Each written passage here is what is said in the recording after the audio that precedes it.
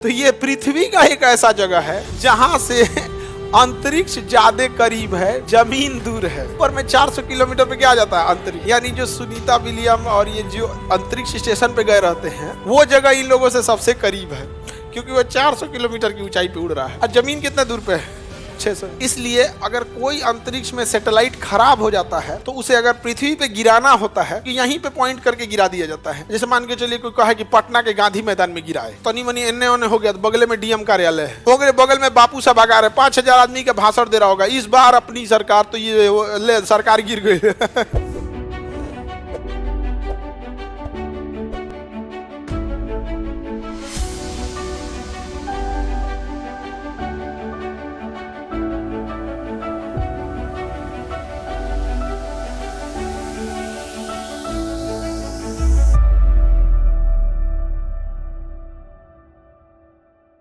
प्रशांत महासागर में एक जगह है पॉइंट नीमो।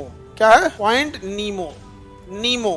पॉइंट नीमो। यहां से कोई भी जमीन जो है सबसे करीब का भी जो जगह है वो 600 किलोमीटर। यहां से कोई भी जमीन है जो सबसे करीब जमीन है वो कितना है? 600। मतलब अगर आपको पॉइंट नीमो पे फेंक दिया जाएगा ना तो आपको जमीन पर आने के लिए कितना चलना पड़ेगा? यहाँ से सबसे करीबी जगह कितना किलोमीटर है? इसलिए यहाँ से केवल ऊपर अगर जाइएगा ना तो 400 किलोमीटर पे अंतरिक्ष आ जाता है।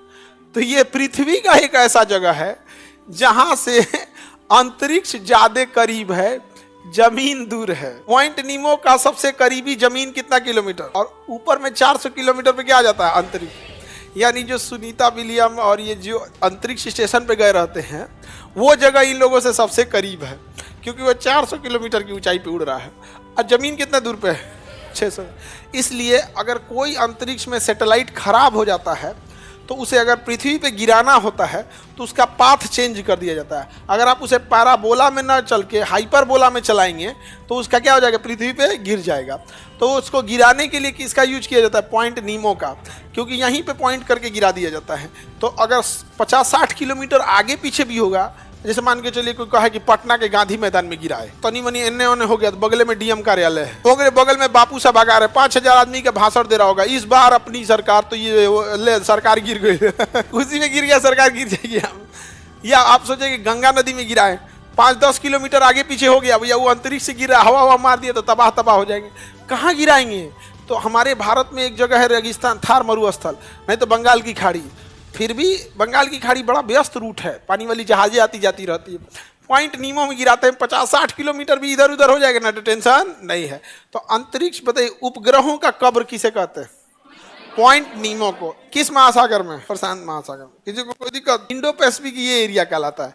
प्रशांत महासागर का वह एरिया जो एशिया से लगेगा, तो ये वाला एरिया सब क्या कहलाता है? इंडो पैसिफिक, जिसमें इंडिया आ जाएगा, म्यांमार आ जाएगा, सिंगापुर, थाईलैंड, इंडोनेशिया, ये जापान, ये सब क्या आ जाएगा? Indo Pacific. कौन सा एरिया आएगा? किसी को कोई दिक्कत? हाँ, फिर से खो गया। किधर बैठी थी? ले बमनी को किसी के हिस्ट्री का बुक मिलेगा तो दे दीजिएगा जी। काहे कोई इनका बुक ले लिया हो, दे देना। अगर मिलेगा तो यहाँ रख देना, मिलेगा तो दे देगा।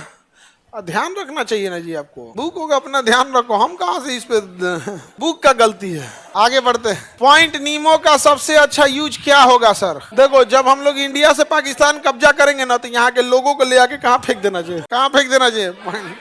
सज्जन को एक के बार कहीं जगह न मिले, जाए यहाँ से।